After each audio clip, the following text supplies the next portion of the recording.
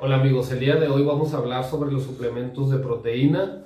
Vamos a ver qué es una proteína y qué suplementos son los más adecuados de acuerdo a mi objetivo y a mis gustos. ¿Qué es una proteína? Una proteína está dentro de los 3 macronutrientes esenciales para el ser humano y las proteínas son macromoléculas que están formadas por cadenas de aminoácidos.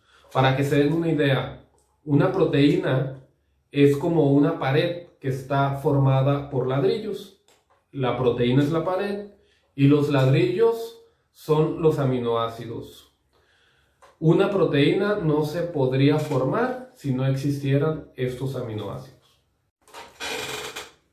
¿Y qué suplementos de proteína son los más utilizados? Dentro del medio del deporte, del gimnasio o del fitness principalmente, utilizamos whey protein o proteína de suero de leche. Se utiliza también la de caseína, se utiliza la proteína de carne o proteína de huevo, pero vamos a hablar exclusivamente de la whey protein o la caseína, y vamos a hablar también de las proteínas vegetales, que principalmente se utiliza la de soya o la de chícharo. También vamos a mencionar en qué momento sería o para qué personas sería recomendable tomar cada una de ellas y cuáles serían los beneficios o qué nos faltaría para poder llegar a esa meta y el beneficio que buscamos.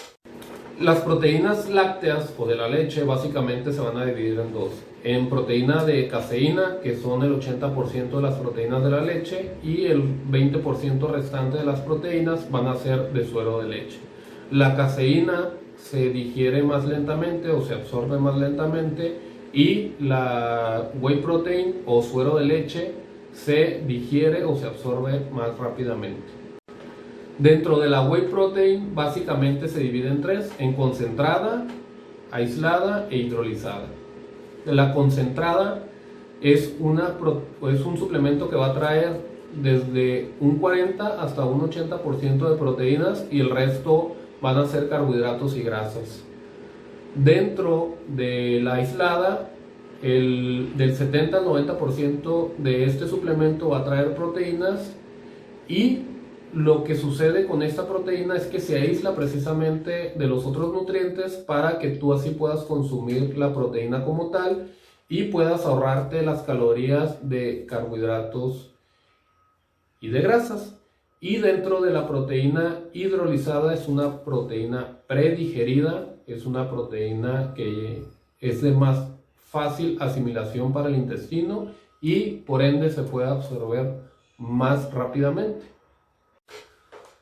Una de las dudas muy frecuentes o preguntas que me hacen dentro de la consulta es que ¿cuál proteína les recomiendo más? ¿La whey o la aislada o la hidrolizada? Primero tenemos que entender que whey viene de suero de leche. Es decir, tanto la proteína whey que le llaman ustedes es la concentrada, que es la que tiene suero de leche, tiene grasas, tiene carbohidratos y tiene la proteína, ¿no? Y la aislada también es whey, pero dentro de la marca pues viene aislado, y la hidrolizada también es una proteína whey. Las 3 son whey. ¿Cuál es la diferencia? Pues el contexto del paciente, ¿no? Por ejemplo, una proteína concentrada se le puede recomendar a la población en general, una población que no es intolerante a la lactosa y una población que puede consumir cualquier tipo de alimento sin ningún tipo de alergia, etcétera, ¿no? Siempre y cuando pues le caiga bien este suplemento de proteína o esta elección.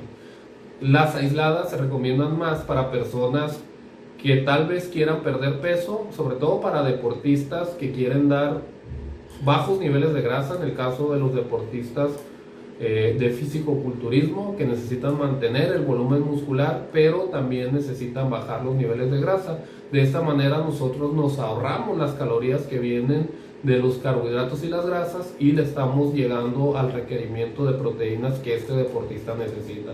Igual en el caso, por ejemplo, de los boxeadores que tienen que dar un peso y tienen que sacrificar un poquito el alimento, nosotros les damos proteína aislada para que puedan llegar al requerimiento de proteínas, puedan mantener la fuerza y la potencia para la pelea, y así Estos deportistas pueden también ahorrarse las calorías de las proteínas y las grasas que les van a permitir la pérdida de grasa más fácilmente. Y la proteína hidrolizada, más que nada, es recomendada para pacientes intolerantes a la lactosa, pacientes que no les cae bien este tipo o los lácteos en general. Entonces la hidrolizada, al ser una proteína predigerida y de de más fácil asimilación por el intestino, pues de esta manera pueden ellos obtener los beneficios también de la whey protein, de los cuales ya estaremos hablando más adelante. Dentro de los suplementos de proteína se encuentran los aminoácidos esenciales y no esenciales. Lo que debemos de considerar dentro de estos aminoácidos es que se encuentran los aminoácidos esenciales, sobre todo leucina, isoleucina y valina, aunque los otros aminoácidos también deben de estar presentes. Dentro de estos 3 aminoácidos que les mencioné, tenemos que ver la cantidad de leucina. La leucina, para que se den una idea, es como la chispa que enciende la síntesis de proteínas musculares. Siempre que esté presente este aminoácido de 2.5 a 3 gramos, dependiendo de cada persona y del contexto, este es un requerimiento general, la síntesis de proteínas musculares se va a llevar al máximo. Y en un estudio de Paul en el 2009 se encontró que la whey protein es la que tiene mayor cantidad de leucina por porción de proteína, es decir, es la más indicada para la síntesis de proteínas musculares. En otro estudio de Penix en 2011 se hizo una comparación entre la caseína hidrolizada y la whey protein, y se encontró que la whey protein es la que provoca mayor síntesis o mayor tasa de síntesis proteica muscular. Es decir, la whey protein sigue ganando ante otras proteínas para la estimulación de la síntesis proteica muscular. En otro estudio de Reidy en 2014 se hizo una comparación después de entrenar con una toma de proteína combinada entre caseína, whey protein y soya. Estas 3 combinadas contra la whey protein pura, y se encontró que después de entrenar la whey protein pura tenía una mayor respuesta en la síntesis de proteínas musculares. Es decir, entonces la whey protein o la suero de leche está por encima de las mezclas de proteína de diferentes tipos. Y bueno, ahora le toca el turno a las proteínas vegetales.